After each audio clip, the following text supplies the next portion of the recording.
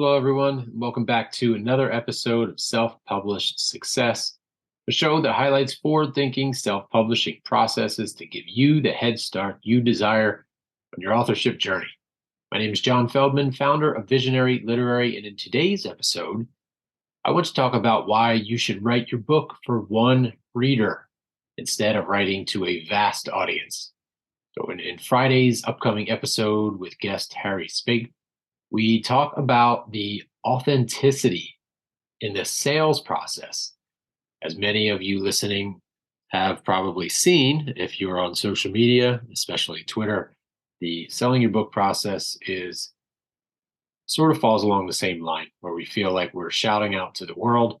One giant post with the right hashtag will reach 100,000 people, and X percent of them will buy, and there we go. We make a bunch of sales with one post, but it doesn't work that way. So as Harry says in Friday's episode, you should look to help one person, not 1 million. And this got me thinking about this topic regarding writing. So it got me thinking about the importance of speaking to one person, your reader, as you write. One of the most common questions that I'm asked is, John, how can my book appeal to the masses? And my response to this every time is never what the other person on the end of the conversation expects to hear. And I say that you start by writing for one person. As the famous marketing saying goes, niches lead to riches. So start small, really write something that is powerful for the single reader or for the very, very small audience that you have. And from there, rave reviews and word of mouth will spread. And then your book can start to make an impact on other outside industries without you having to rewrite. As long as it makes an impact in your small industry, it can make a larger impact. As writers, it's easy to get caught up in this idea of writing for a large audience. Most people come into the process thinking about the writing as if they were speaking to a large audience.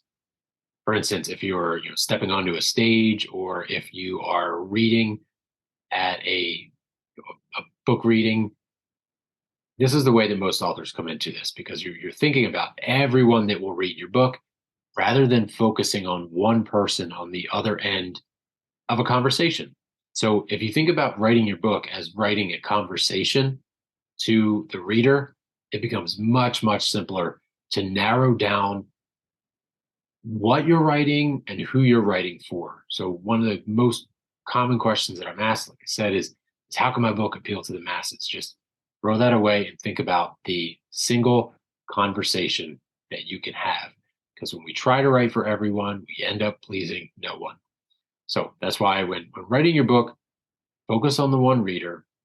It doesn't mean you only have one reader, but go back to, for anyone who has read your book on your terms and gotten the free book blueprint that is in there, one of the, and for anyone who has it, it's basically just an overall marketing and writing. It's a plan for your book. It's a blueprint for your book. And in there, you find your target audience, you find your target reader.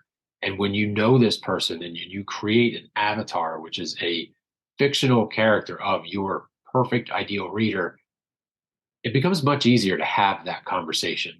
So before coming in, that's why it's so important to, before sitting down and writing, to know who this target avatar is, who this target reader is, so that you can have in words that one-on-one conversation with them. That everything that pours out onto the page is meant for that person specifically. So there are few benefits of writing for one reader, of having a conversation with a reader. The first of those benefits is that, one, you get to stay focused. Again, when most people sit down to try to write, they think about this mass audience, and you think about the many different people in that audience. You think about the diversity of people in that audience, of age, of gender, of race, religion. There could be a vast audience of people, and you're trying to please all of them, which is not possible. So when you're writing and you have that target avatar, that one person on the other end, You have a specific person in mind. You can tailor your writing to the interests and needs of that person, and you won't get sidetracked. So one of the an example is your target avatar is a male between 35 and 49 years old and at an X level of income. What is their job? How many kids they have? Where do they live? Geographically, really target down exactly who it is that you are writing the book for. So if you have that, you won't get sidetracked trying to appeal to people who do not fit into that target audience. You stay focused on the story that you want to tell, and again, you don't get sidetracked. The second benefit is writing for one reader means that you can speak to that one reader. So not just with interests and needs of that person, but also with the tone and the style. Are you writing for an academic audience? Is the target reader that you're writing for, is it a college professor? Right? Is it somebody who is a scientist or very analytical and that they want a certain type of writing? Or is it for I don't know, the layperson, the person who is a casual reader? They they want the casual, entertaining, engaging, conversational tone. They don't want to be hit with a large vocabulary and etc.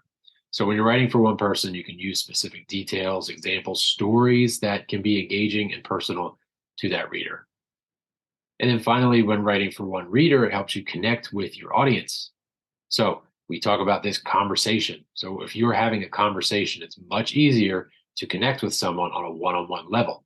When you're writing for a large audience, again, it's easy to feel disconnected because picture yourself on a stage. There will be some faces looking back at you with confusion, whereas other faces are looking back at you and nodding because they understand, they know where you're coming from and where you're going. So when you're writing for one person, there's this level of I don't know, this level of connection or intimacy in the conversation that makes your readers feel like you are speaking directly to them.